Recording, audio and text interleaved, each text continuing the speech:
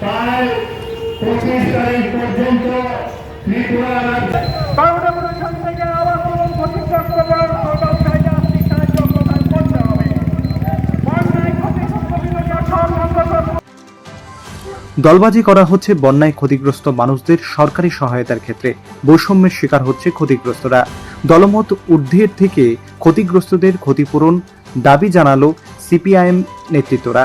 CPIM Belonia মহকুমা কমিটির কার্যালয়ের থেকে সোমবার দুপুর 12টা নাগাদ মিছিল সংগঠিত হয়। বেলুনিয়া শহরের পথ পরিক্রমা করার পর হয় সভা। 1 নং টিলাতে সিপিএম দক্ষিণ জেলা কমিটির সম্পাদক বাসুদেব মজুমদারের সভাপতিত্বে অনুষ্ঠিত হয় সভা। এদিনের আয়োজিত সভাতে আলোচনা করেন সিপিআইএম বেলুনিয়া মহকুমা কমিটির সম্পাদক তাপস দত্ত, তপশিলি জাতি মোর্চা রাজ্য কমিটির সম্পাদক সুদন দাস ও খ্যাতমজুর ইউনিয়নের নেতা বামপন্থী বিধায়ক দীপঙ্কর সেন। সভায় আলোচনা রাখতে গিয়ে বক্তারা ত্রিপুরার বন্যাকে জাতীয় বিপর্যয় ঘোষণা করার দাবি জানিয়ে বন্যায় ক্ষতিগ্রস্ত প্রত্যেকটি পরিবারকে সরকার যাতে অতি দ্রুততার সাথে সাহায্য প্রদান করে দলমতের ঊর্ধ্বে থেকে পাশাপাশি সরকারের বিভিন্ন কাজকর্মের তীব্র সমালোচনা করেন। পরিপ্রেক্ষিতে আমরা আশা করেছিলাম যে আমাদের রাজ্য সরকার এই কথা বলবেন যে আমাদের রাজ্য ত্রিপুরা আজ বিপর্যয়ের মুখোমুখি। এই সময় ভারতবর্ষের সরকারের কাছ থেকে আমরা ত্রিপুরার বেশি মানুষের সাহায্যের জন্য ত্রিপুরাকে জাতীয় বিপর্যয়যুক্ত একটি রাজ্য হিসাবে ঘোষণা করা হোক। কিন্তু আমরা লক্ষ্য করলাম আমাদের রাজ্য সরকারের মন্ত্রী থেকে মুখ্যমন্ত্রী বারবার বেরিয়ে গেছেন, কথা বলেছেন এবং তারা একবারের জন্য কোথাও একথা উচ্চারণ করেননি যে ত্রিপুরাকে জাতীয় বিপর্যয়ের অন্তর্ভুক্ত করা হোক। আমরা বলতে চাই ত্রিপুরা রাজ্যের 8টি জেলা, সেই 8টি জেলায় ক্ষতি হয়নি এমন কোন জেলা নেই।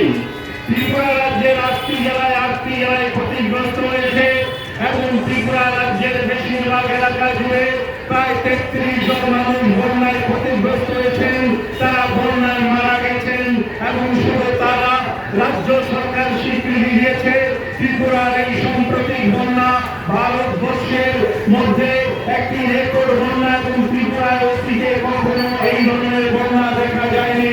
প্রায় 17 লক্ষ ত্রিপুরাবাসী, গোটা ত্রিপুরার 34 লক্ষ মানুষের অর্ধেক মানুষ এই বন্যার কবলে বিপর্যস্ত। যখন একটি রাজ্যের 8টি জেলা বিপর্যস্ত, যখন 33 জেলার মানুষের জীবনহানি ঘটছে, যখন ত্রিপুরা রাজ্যে 17 লক্ষ মানুষ বন্যার ভয়াবহতায় গভীরতরে তলিয়ে যাচ্ছে, ঠিক সেই সময় আমরা আশা করেছিলাম আমাদের দেশের রাজ্য সরকারের কাছে, এই দেশের কাছে দাবি জানাবে যে এই বিপর্যয়কে জাতীয় বিপর্যয় ঘোষণা করা হবে। চলবে বন্যা দুর্গত মানুষের জন্য লড়াই চলবে।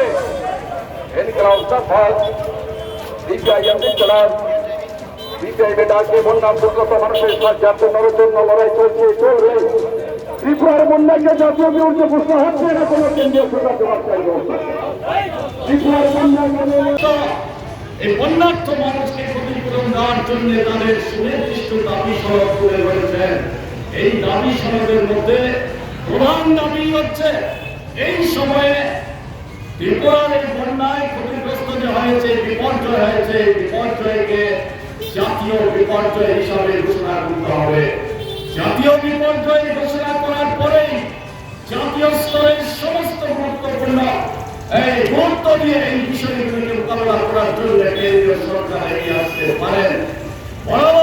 আগাগোড়া এই অবস্থা তুলে ধরে রাজ্য সরকারের কাছে বিধানসভাতে বারবার আমাদের দল, অন্যান্য রাজনৈতিক দল তারাও দাবি করছে যে জাতীয় বিপর্যয় ঘোষণা করা হোক।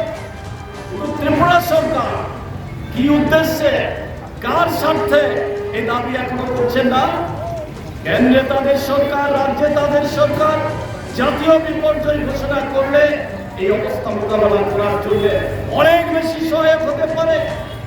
হাজার হাজার লক্ষ লক্ষ মানুষ যেখানে আক্রান্ত, গোটা রাজ্যে যেখানে আক্রান্ত, কি অসুবিধা? কেন এই অবস্থা?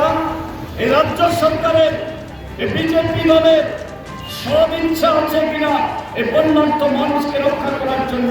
এই প্রশ্ন আজকে এসে হাজির হয়েছে। সরকারের কোথায় সেই সদিচ্ছা? বন্যার্থ মানুষ যারা বাড়িঘর হাজার হাজার বাড়িঘর বন্যা করে ভাসিয়ে নিয়ে গেছে, ধস করে ভেঙে গেছে, বাড়িতে ফিরে যাওয়ার মতো, বাড়িতে থাকার মতো কোনো অবস্থা নেই, শরণার্থী শিবিরে এসেছে। তাদেরকে রক্ষা করার জন্য কোথায় তাদের উদ্যোগ? তাদেরকে ফিরিয়ে নেওয়ার জন্য কোথায় তাদের উদ্যোগ? এখনো যারা বাড়িতে যেতে পারছেন না, তাদেরকে বাড়িতে ফিরিয়ে নেওয়ার জন্য কোনো রকমের ব্যবস্থা নাই, বিকল্প ব্যবস্থা না করেই প্রেশার সৃষ্টি করছে তাদেরকে বাড়িতে ফিরে যাওয়ার জন্য এই অবস্থা সৃষ্টি করেছেন। না খেয়ে মরার মতো অবস্থা, 1 বছর নিয়ে যারা বেরিয়ে এসেছেন, সরকার কোথায়? আমরা দেখেছি এই সময়ে আমাদের পার্টি সিপিআইএম, আমাদের অন্যান্য সংগঠন, যুব সংগঠন, নারী সংগঠন, শ্রমিক সংগঠন, কৃষক সংগঠন, অন্যান্য বামপন্থী সংগঠন সহ স্বেচ্ছাসেবী সংস্থাগুলি, এনজিওরা, তারপরে অন্যান্য ব্যক্তিবর্গ সবাই এসে দাঁড়িয়েছেন। যদি না দাঁড়াতাম আমরা এই বন্যার্থ মানুষকে খাইয়ে রাখা যেত না, এই পরিস্থিতি সৃষ্টি হয়েছিল। আমাদের যখন বিধানসভা চলছিল, আমাদের সেই বিরোধী দলের যে বিধায়করা ছিলেন তারা বারবার দাবি করছিলেন বিধানসভার অভ্যন্তরে, কিন্তু আমরা দেখলাম আমাদের এই বিপর্যয়কে জাতীয় বিপর্যয় মোকাবেলার জন্য অন্তর্ভুক্ত করা হয়নি।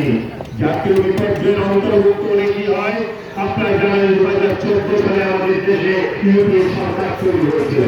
বামপন্থীরা সহ সমস্ত বিরোধী দল আমরা দাবি করেছিলাম ভারতবর্ষের প্রান্তে প্রান্তে বিভিন্ন জায়গায় যখন বিপর্যয় হয়, যে টাকা দেয় তাকে তাও আনা হয়, একটি ক্যাটাগরি তৈরি করা হোক, একটি ফান্ড তৈরি করা হোক। আপনারা জানেন সেই সময় ভারতবর্ষের দুটো ফান্ড তৈরি হয়েছে, একটি স্টেট ডিজাস্টার ম্যানেজমেন্ট, অপরটি সেন্ট্রাল ডিজাস্টার ম্যানেজমেন্ট। এই দুটো তহবিল তৈরি করা হয়, ফলে জাতীয় বিপর্যয় ঘোষিত হলে আজকে কেন্দ্রীয় তহবিলের টাকা আমরা পেতাম। আপনারা জানেন আমাদের বিপর্যয়ের সময় আমাদের স্বরাষ্ট্রমন্ত্রী বলেছেন 40 কোটি টাকা দেবেন। কোথেকে দেবেন? ওই যে মনমোহন সিংয়ের সময় তৈরি করা আইন, ভারতবর্ষের স্টেট ডিজাস্টার ম্যানেজমেন্ট ফান্ড, সেই স্টেট ডিজাস্টার ম্যানেজমেন্টের জন্য ত্রিপুরা যা প্রাপ্য বা পেতে পারে সেই টাকা থেকে 40 লক্ষ টাকা, 40 কোটি টাকা ঘোষণা করেছেন। তারপর আর কি কোনো শব্দ আছে? আর কি কোনো কথা আছে? আর কি কোনো রকম কোনো সরকারি উদ্যোগ আছে? আমরা দেখছি সেরকম এক পরিস্থিতির মধ্যে দাঁড়িয়ে আমাদের দেশের সরকার, আমাদের রাজ্য সরকারের কোনো হেলদোল নেই এই বিপর্যয় নিয়ে। বন্যায় ক্ষতিগ্রস্ত ব্যবসায়ীদের আর্থিক সাহায্য প্রদান করতে হবে।